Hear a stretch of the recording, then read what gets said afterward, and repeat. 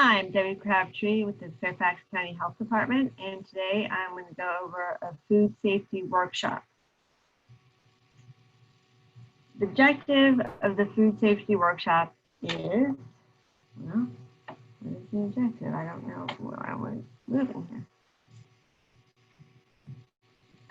Sorry about that. The objective of the food safety workshop is to promote awareness of safe food handling for volunteers or groups preparing food for churches or other events or concession stands, or even in your own home. So the things that I'm talking about are for restaurants or geared to groups, but they really can be for your own home.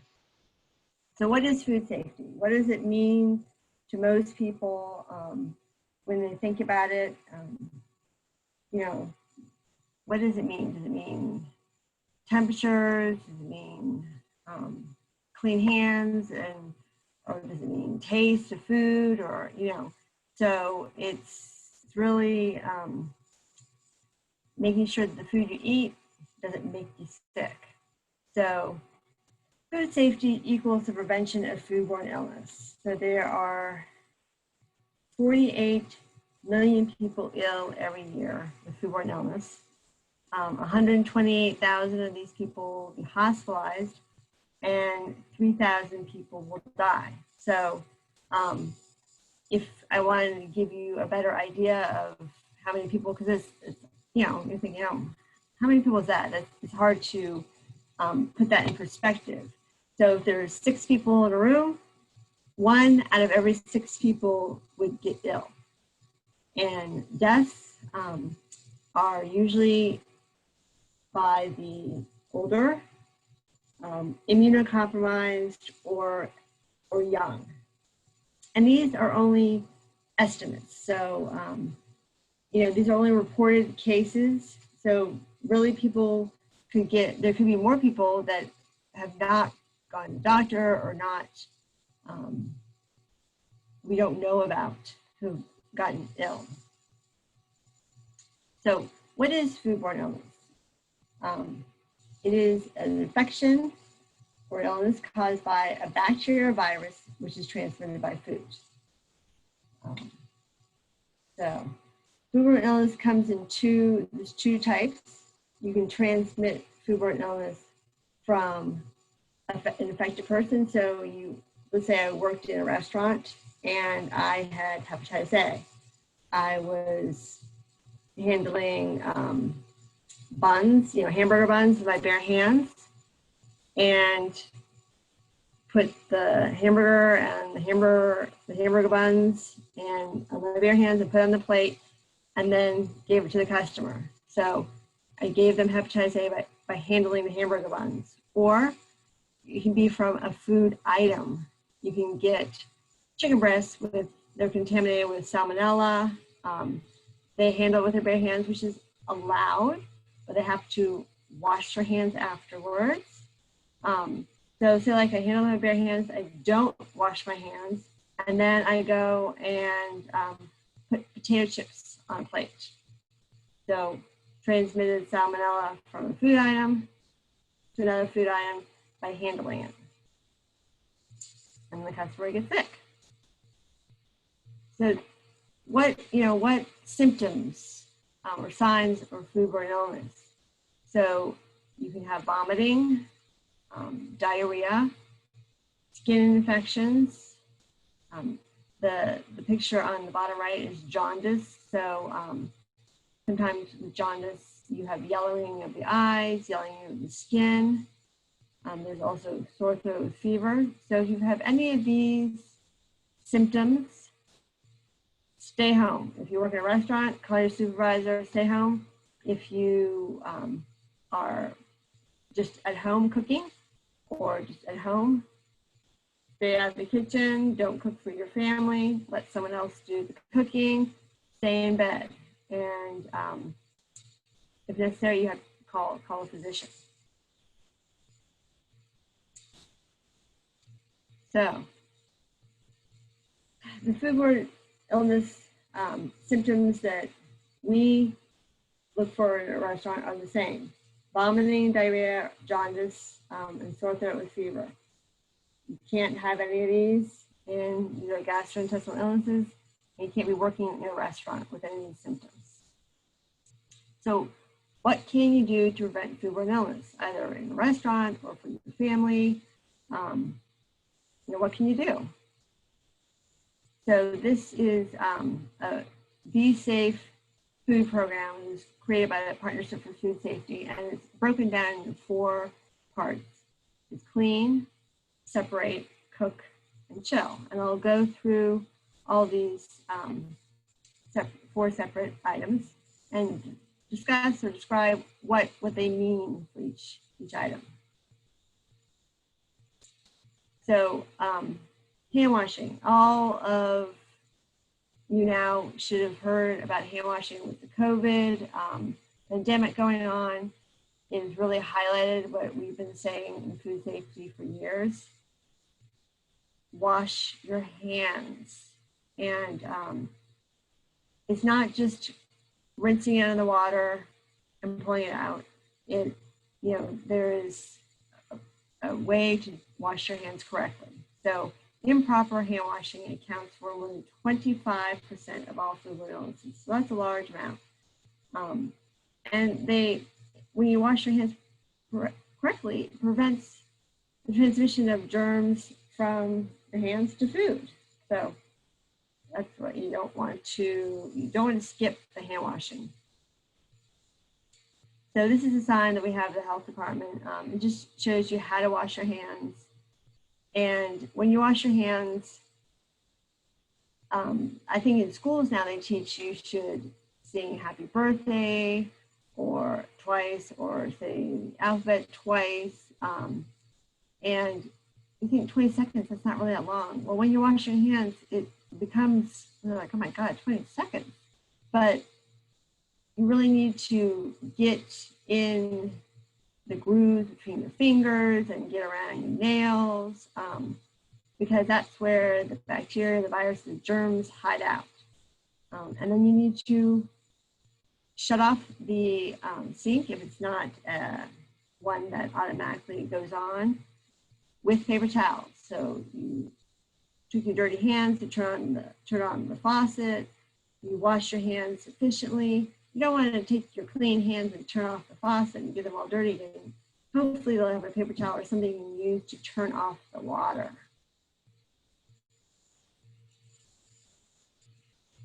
So next, these are real life situations, pictures of restaurants, and we say spot the hand sink. So we walked into a restaurant to do an inspection, and first thing we do after we identify ourselves and introduce ourselves and set our bag down is to go wash our hands. And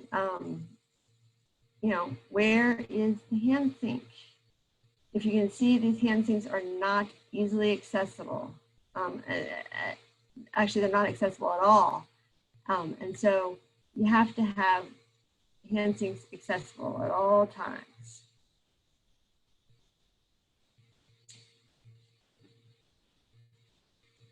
So this is what the hand sink should look like.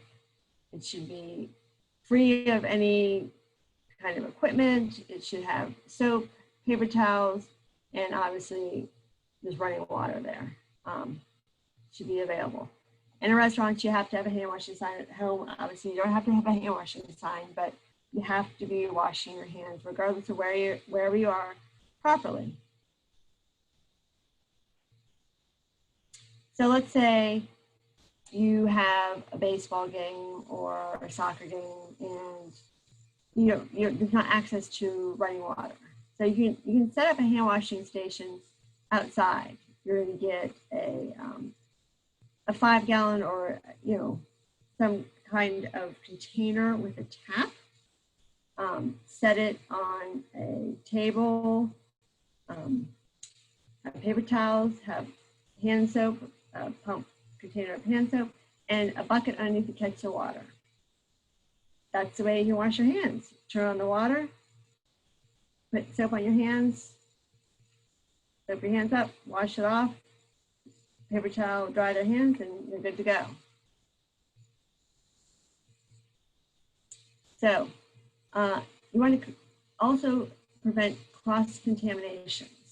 So, like I said, hands are dirty, or they can be dirty. So don't touch ready-to-eat food with your bare hands. Change gloves. So if you're wearing gloves, you have to change them between tasks. And sponges spread bacteria. So you think your sponge will be clean, you wash it with soap, you put it in the dishwasher. There's a lot of grooves in there that bacteria, germs can get in. So we always say paper towels or washcloths are much more effective for not recontaminating your cook surfaces or your places where you're going to put food onto. So why clean and sanitize? Bacteria are hitchhikers. They're going to go on something and then they're going to transmit to wherever you take them to. And they grow very quickly. So on the right-hand side, you can see that in an hour, there was 1 bacteria and there's 800 bacteria. In 2 hours, 6,000 bacteria. So it's important to clean everything very effectively. You want to get rid of these bacteria or viruses, germs in general.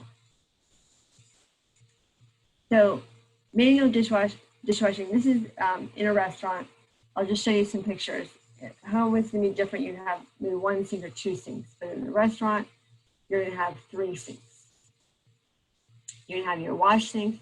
So this is where you wash your dirty dishes. You scrub off the food, with soap and water. Then you're going to rinse the soap off, you're going to rinse everything off, and then you're going to sanitize it in bleach, maybe bleach or water. So let's say you have a soccer game, a baseball game, a softball game, or whatever that you are playing, and you're going to set up a grill. You can wash, rinse, and sanitize there also. You just have to have tubs of hot soapy water, clean water, and then sanitized water, which is like water with maybe a cap full of bleach. So it's not a lot of bleach. More is not better. So you want to use unscented household bleach, 1 tablespoon of bleach with a gallon of water, or a teaspoon with a quart of water. If you add too much, it becomes toxic. So you don't want to do too much. And then after you wash the utensils or pots or whatever you're going to do, and you rinsed it, you're going to sanitize it for 10 seconds at least to destroy all the germs on there. So the next item is separate. So when you go to the grocery store, you want to separate your food in your cart. And when you reach home, you want to separate it in the refrigerator. So store raw meat or poultry or fish on the bottom of the refrigerator because you don't want it to drip onto your fruits and vegetables or food that you don't cook. So just like it is in the turkey is next to the, you can put it next to the peppers, but you should not put it over. The next picture is in a restaurant where we say you should have raw chicken on the bottom because chicken needs the highest cook temperature to kill the foodborne illness causing bacteria. So those always go to the bottom, and then ground meat, fish, eggs is next, and then washed produce, and then let's say cooked ready to eat food. So cooked uh, steak or cooked roast or cooked chicken can be on the top. So we don't have this many shelves in home refrigerators. So you can, and even in restaurants, they can put it next to each other, not touching, not in the same container, next to each other on the same shelf. You just don't want to put raw chicken over your produce.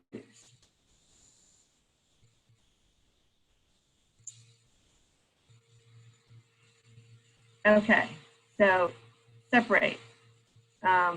You never want to, let's say, have a plate with chicken, and then you put the chicken on the stove, and then you put sliced tomatoes on there, unless you clean the plate off. So you have to wash it in hot soapy water. And in a restaurant, you have to wash it in hot soapy water, rinse off the soap, and then sanitize it. At home, you don't have to sanitize it. You have to wash it off with hot soapy water. So sauces you're using to marinate, you're marinating your pork roast or something like that for 24 hours in the refrigerator. You can use that or eat that, but you have to boil it. So it should not be used unless it's boiled.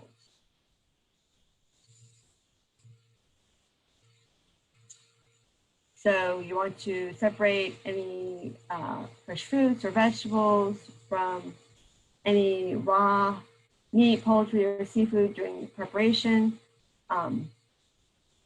Cutting boards, you can color code it, especially if there's food allergies. You want to separate the seafood from the meat or vegetables.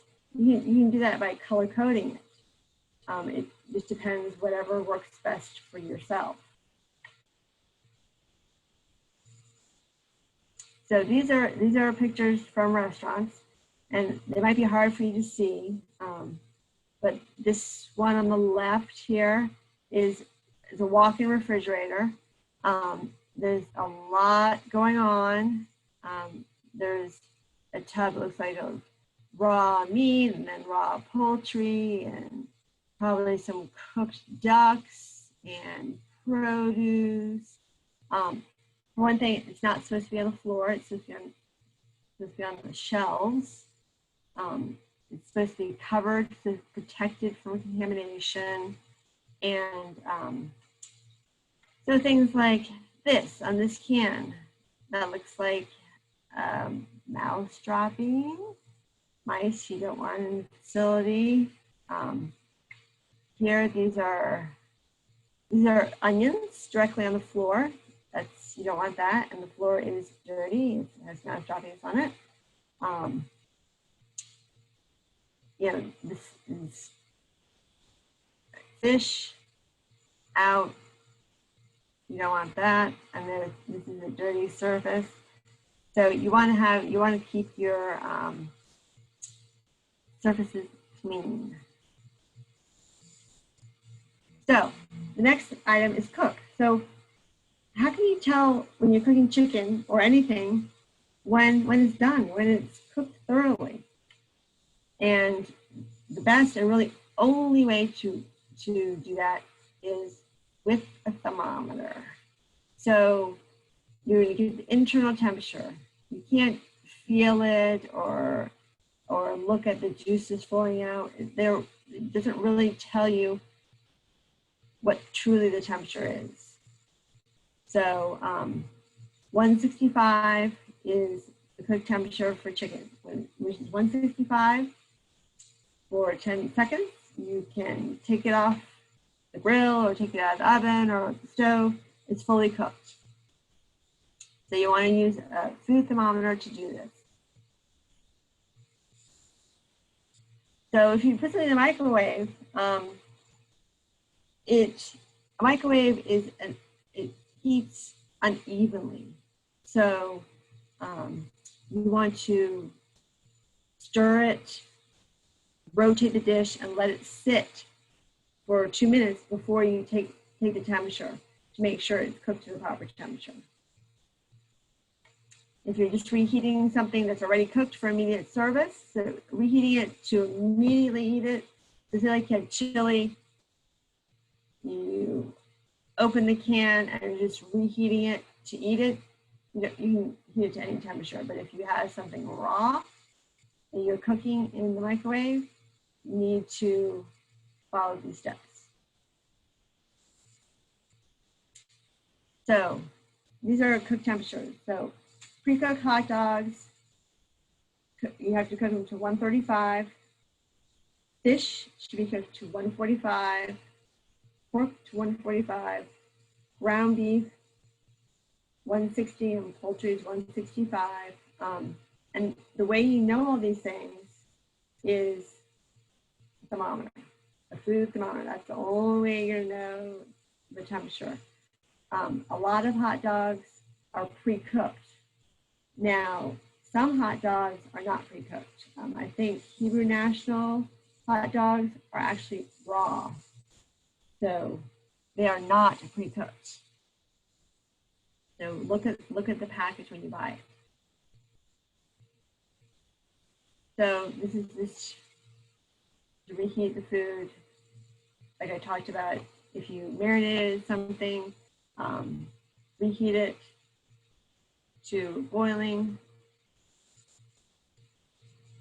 The next is chill. The next of the four is chill. So how do you know your refrigerator is actually at 41 degrees? So 41 degrees for food is safe temperature. Between 41, like 42, and 136 is the danger zone. So how do you know that your refrigerator is at 41? Or how do you know your foods are at 41? One thing, when you go to the store, you want to buy your food and put it in the refrigerator within 2 hours. You don't want to go to the grocery store first, then go to do some errands afterwards, and then go home. It would be better to do the errands and then the grocery store and then home. So you want to prevent time and temperature abuse of the food. So this shows you the danger zone in here. So keep cold foods at 41 or less, or if it's frozen and you want to freeze it and you want to thaw it, you can put it in the refrigerator and let it thaw there. Or hot foods, you want to cook it to the proper temperature. So if it's chicken, cook it to 165. And then if you want to keep it, let's say you have a barbecue and there's a lot of people coming, keep it at 135. If you cook it to 165, you can keep it at 135 for however long you want, and it'll be safe. So, like I said, how do you know your refrigerator is at 41? Without a thermometer in the refrigerator, you're not going to know. It's just like the same as the temperature of your food.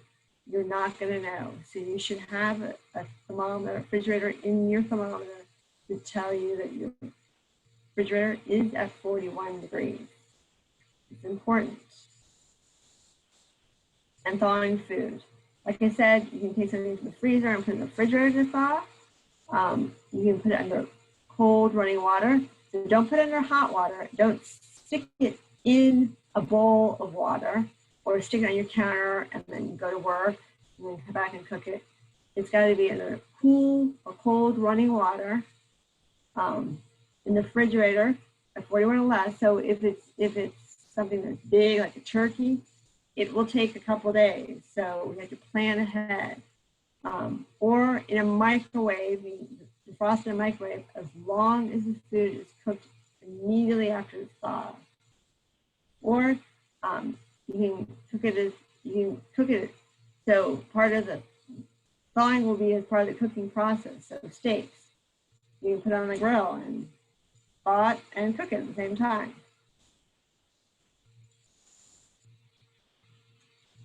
So storage in refrigerators, like how long can I store something? You should there's sell by and use by dates. So if it says use by October 31st, you have to use it by October 31st. It doesn't even matter if it hasn't been opened. If it hasn't opened, you have to discard it. If it says sell by, okay, you bought it on the 15th, you didn't open it to the 31st, that's fine. You have 7 days to use it once you open it. So if in doubt, throw it out. You're like, huh, how long has that chicken been in the refrigerator? How long has that cooked rice been in the refrigerator? I can't remember when I did that. If in doubt, throw it out. And this is a summary of all the things I went over.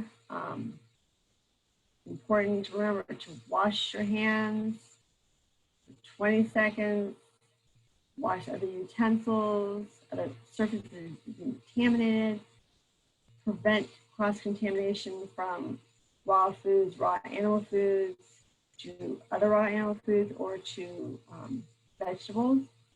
Cook thoroughly. Cook the foods the correct temperature. Chicken is 165. Ground beef or hamburgers is 155. Fish is 145. And use a food thermometer. That's the only way you're going to really be able to check to see if it's the correct temperature. And hold foods at 41 or less. And remember to thaw all foods safely. And if you have any questions, this is the number you can call, and we'll be happy to answer your questions. Thank you very much.